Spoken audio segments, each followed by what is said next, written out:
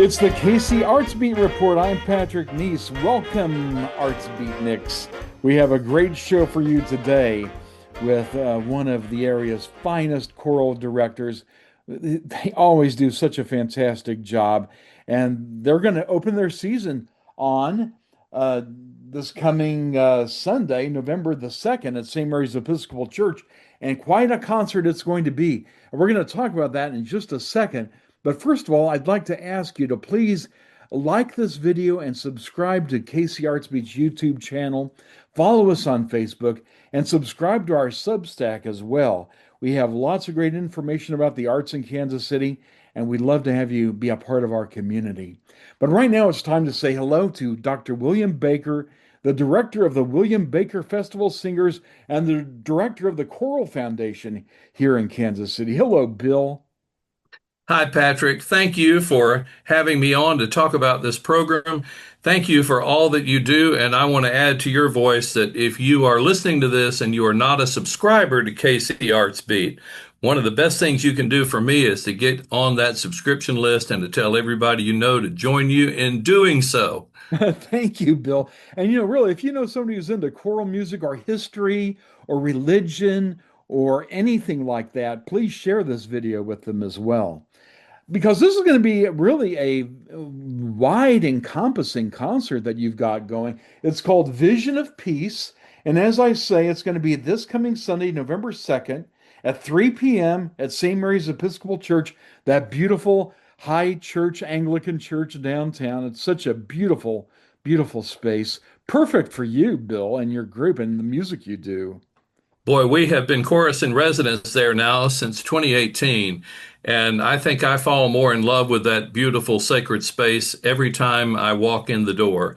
The acoustics are stunningly beautiful. The renovated organ is fantastic. There's a fine grand piano, and it is striking in its beauty. Just walking in the room makes you feel like you are in the presence of God. And it'll accentuate the theme of your concert, which is peace. And at this time of year when it starts getting earlier, darker earlier, and on Sunday, that's when the clocks go back.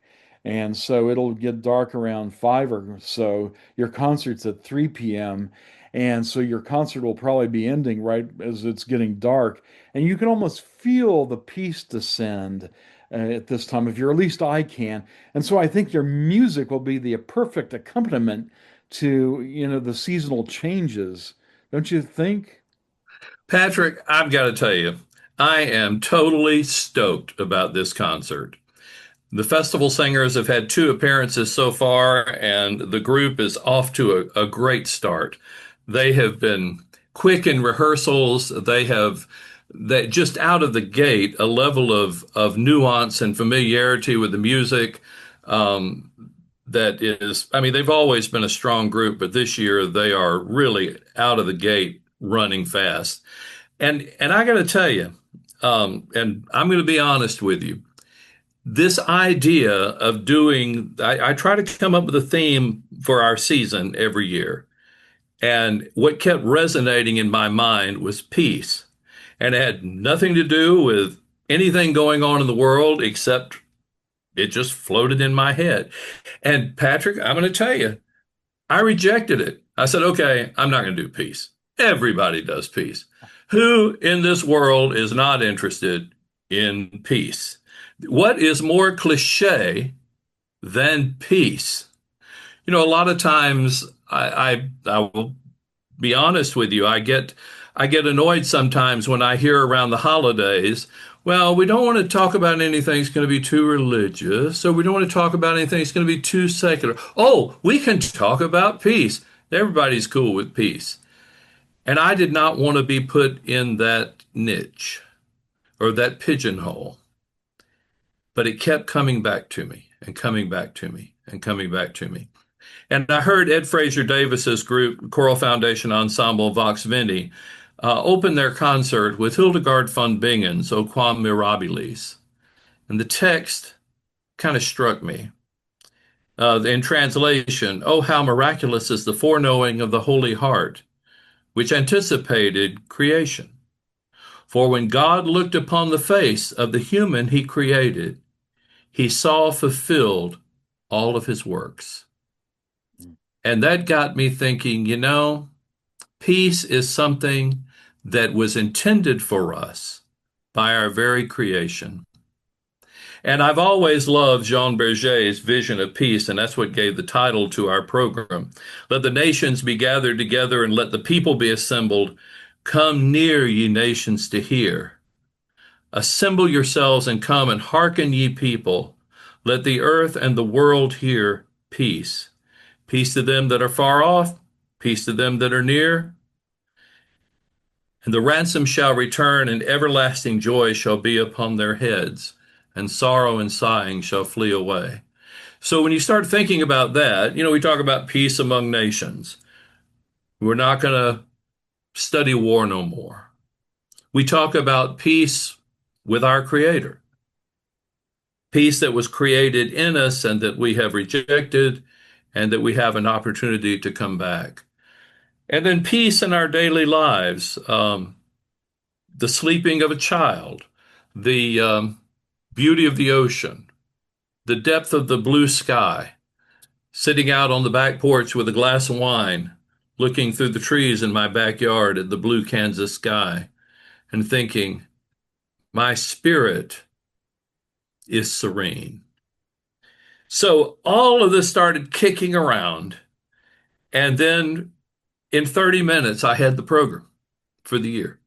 So if you don't mind, I just kind of walk you through it. Yeah, sure. Um, What a wonderful introduction, Bill. I feel calm just listening to you talk about peace. But I but know you're going to start the program with a piece by Hildegard von Bingen. Yeah, what can you tell us about her? And by the way, I love that your translation of Quam Mirabilis that you're going to be doing by her. well, honestly, I'm not an authority on early music, and probably 90% of the people listening to this are going to know more about Hildegard von Bingen than I do. She lived 975 years ago. I understand that she was a nun. Um, Most of the music of hers that I have heard or done has been chant based. This particular piece, the O Qua Mirabilis that we're doing, the women of the festival singers will sing at the very beginning, and then we'll segue into Jean Berger's vision of peace that begins with an explosion of sound. The Let the Nations Be Gathered Together. And where I got this piece, the Berger, was from the Seoul Olympic Arts Festival when the St. Olaf Choir opened their program at the Seoul Olympic Arts Festival, I guess 88 maybe, with Dr. Jennings, who I had the privilege of studying with. So I saw those two selections juxtaposed to serve as an introit for the program. What can you tell us about Jean Berger? That's a new name to me. Jean Berger was born, I can't remember his name, in Westphalia, a German name. He was Jewish, and as he was born in 1909, and when the Nazis began persecuting Jews, I believe he first went to Paris, and then he escaped the Nazis from Paris to Rio de Janeiro. And he did a number of pieces in Portuguese because of his experience in Brazil. One of his great pieces, I think, is called Brazilian Psalm, and it's a setting of psalm text in Portuguese. The Alleluia from it is a choral staple. And finally, he found his way to the United States during World War II. He joined the American Army during the war, and then he became an American citizen before the end of the war. He was always an anti-war person, and this vision of peace is a cantata that he composed, is considered one of his great anti-war statements. How would Uh, you describe his music? I would describe his music as being very energetic, in contrast between most of it starts with a very rhythmic kind of motif. The Alleluia from Brazilian Psalm would be an example of that. This vision of peace that begins with this huge statement, "Let all the nations be gathered," that's punctuated throughout it. But then it contrasts with a sense more of repose. In the Alleluia Brazilian Psalm, it says, "I will praise you with psaltery and harp. I will praise you with waving of palms." And that seems to be a pattern in his music. Some of his music is very harmonically challenging for choirs. I've done his Setting of the Eyes of All Wait Upon Thee, which is almost jazz in its harmony and in a very unexpected way. He writes with a brilliant sense for choirs of texture, how even the texture, in addition to the notes and the rhythms, communicate the idea of what he's saying. Well, it sounds fascinating. And, as I said, this is quite a disparate program. It has a lot of variety in it, even though there's the common theme of peace. But, of course, you do old American hymns so well. And I see that you're following the Berger with some 19th century hymns. I am Tara Johnson's setting of "Come Ye Disconsolate" that'll be sung by the men of the festival singers. Here see the bread of life, here see waters flowing forth from the throne of God. Come to the feast of love. Come ever knowing earth has no sorrow that heaven cannot remove. And the pensive dove is a hymn that it's a sacred harp hymn that I have never done before. Hmm.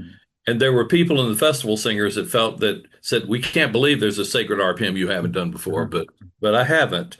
And it's very Victorian in its language, the image of the dove and seeking peace in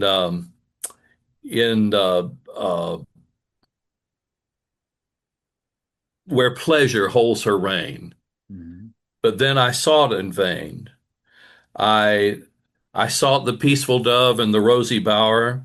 I knew her tender heart. I sought her in the bower of love. But she had flown, that peaceful dove, felt the traitor's dart. And then in sweet religion's humble cot, she built her downy nest to seek that sweet, secluded spot and win peace to my breast. Mhm. You know, and then the celebration of that, the morning trumpet, which is a more spiritual type Sacred Heart 19th century hymn. To hear the trumpet sound of that morning, though through grace I'm determined to conquer though I die. Mhm. And that's the ultimate peace, is reconciliation eternally. Mhm. Um, Now, Sean, Sweden, it's neat that you actually have a composer in residence. Tell us about Sean Sweden. Well, Sean Sweden, Dr. Sweden, is our fourth composer in residence since the late 1980s.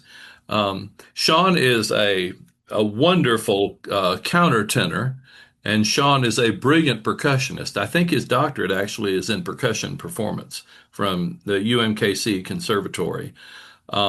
Sean has written some wonderful pieces since his appointment as composer in residence in 2018. And in February, we're doing an entire concert of Sean's music, once in the Kansas City area, and then Sean's a native of Arkansas. So we're going to do a residency in Arkansas performing his music. The two pieces that we'll sing on Sunday is a setting that he did of Over the Rainbow. It's an arrangement of the tune that you know, but it has a soprano obligato descant that is just absolutely heartbreakingly beautiful. And that's one of the characteristics of Sean's music, is his ability to weave melody and counter melody in a way that is compelling. And then, of course, what is more peaceful in the heart, in the day-to-day living, than what Sean has done with these beautiful words. They're simple and they're from a movie, but somewhere over the rainbow, there's a land I heard of in a lullaby. The dreams that you dare to dream really do come true. And then the other piece, which shows, and of course, being a percussionist, Sean gives us very challenging rhythms.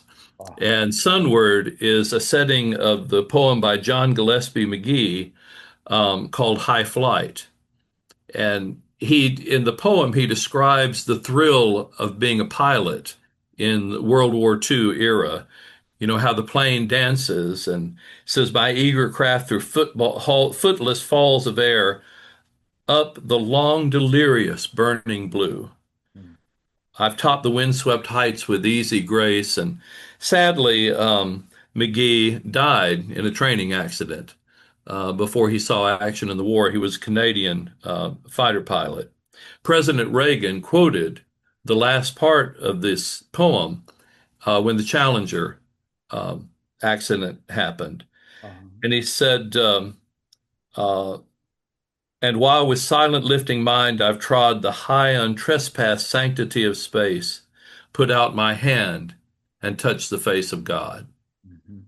And Sean has written wonderful music for the festival singers and for other ensembles, but I believe that Sunward is one of those pieces that will be known and loved and enjoyed 100 years from now. It is absolutely brilliant. You know, you have so much on this program. I want to make sure that we cover as much of it as possible. In addition to Sean Sweden, you're doing music by another young American composer, Daniel Elder, Ballade to the Moon, and a couple of pieces by him, Ballade to the Moon and Lullaby. Can you kind of tell us about him? Well, Daniel Elder is a young composer. He's 39 now. Um, and at my age, anybody that's under 60, I consider a young musician. Uh-huh. But Elder is a native of Atlanta. He did his master's, he did his undergraduate at my alma mater, the University of Georgia, and did his master's at the Westminster Choir College. And his music, his compositional music, was so well regarded that the great Westminster Choir did an entire album of his pieces. And I think the composer that got an entire album of pieces before Elder by the Westminster Choir was Bach. Uh-huh. So Wow. that puts him in high company. Yes, it does. Uh, his music is beautiful. Uh-huh. And these two pieces, the texts are all his. Uh-huh. But the first one of these pieces is the Ballade to the Moon, and it talks about, it's almost like a dream sequence where how beautiful this night upon the velvet dune, the path that lies before my sight, tread onward through the blackened veil, share the light. Come sing with me, my soul it cries to thee, come sing with me. It's it's very sweet. It's very beautiful, but it shows the idea of peace. It shows the idea of peace in the day-to-day world. And the other song, Lullaby, I joked with the choir that, you know, it talks about the peace of the sleeping child. And any of us who have had children know that that is a rare treat to enjoy. Yes. But it is the ultimate peace. Uh-huh. Um, it's the two wonderful selections that I think are not well known yet. Now, in addition to these young composers like Sean Sweden and Mr. Elder, you're doing some classics too by Bruckner and Mendelssohn and um, Rene Clausen. Also, a gorgeous setting of the Agnus Dei by Samuel Barber. Tell us about that setting because it really is outstanding. And I think it'll Well, be familiar to people too. Samuel Barber wrote the Adagio for strings, I believe, in the late 30s. I do remember that it was premiered by Toscanini, Oh. and it quickly became a piece in the orchestral, um, I think, orchestral standard repertoire. In 1967, Barber himself rescored it for chorus using the Agnus Dei from the ordinary of the Mass, and very little is changed as far as notes and structures and so forth to accommodate it being sung by voices. It does have its challenges. It's got quite a wide range and some interesting harmonic turns, but it has become one of our favorite pieces. It has a richness to it that communicates the text, Lamb of God, who takes away the sins of the world, grant us peace. Mhm. That music, when you listen to it, you can really feel the peace to sin there as well. I'm sure everybody, even if they haven't heard this choral version, they're very familiar with the Adagio for strings because it's been played at John F. Kennedy's funeral and other presidents' funerals, and been used in so many movies so effectively. It's an American classic, and the choral version is just as beautiful, if not more beautiful than the orchestral version, I I think. I love them both. Yes, yeah. Gorgeous stuff. And yeah, can you quickly tell us about the Bruckner and the Mendelssohn before we talk about the spirituals? Well, the Anton Bruckner, he was quite an interesting guy, but a person of very deep faith and devotion. And he says, the root of Jesse blossomed, the virgin gave birth to God and man, God restored peace, reconciling the lowest to the highest in the setting of Virga Jesse. Um, and then Mendelssohn's Verleih uns Frieden is uh, Grant us peace, gracious Lord, in our times, the text of Martin Luther. And our associate music director, Christine Freeman, will conduct the Bruckner and the Mendelssohn. And then, of course, Rene Clausen's setting of the Ubi Caritas. I told the audience in Bayshore a couple of weeks ago that I have about five or six settings of the Ubi Caritas, and my favorite of the five is whichever one I'm doing at the time. Uh, But I think Rene Clausen's setting, which is a little bit more of the text, um, it's got to be one of the most beautiful and one of the most compelling, where charity and love our God is there. And, um, let us keep our minds free of division is one of the translations of the text. May there be an end to malice and strife and quarrels.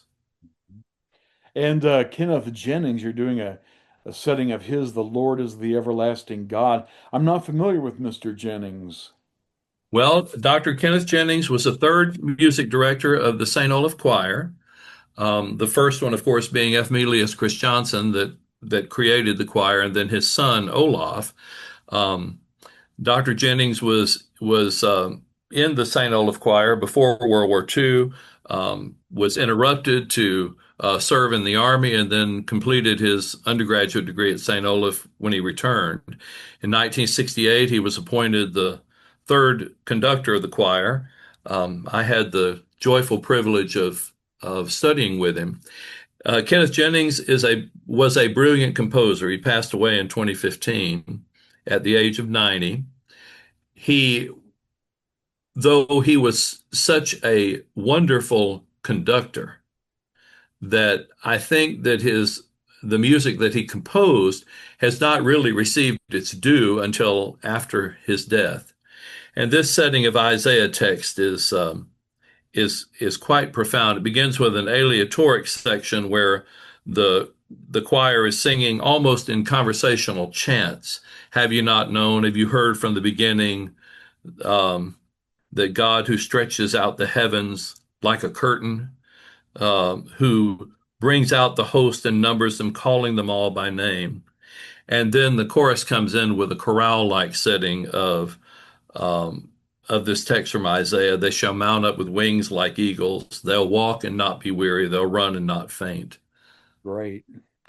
And then you're going to conclude with what is really a William Baker specialty, a selection of spirituals.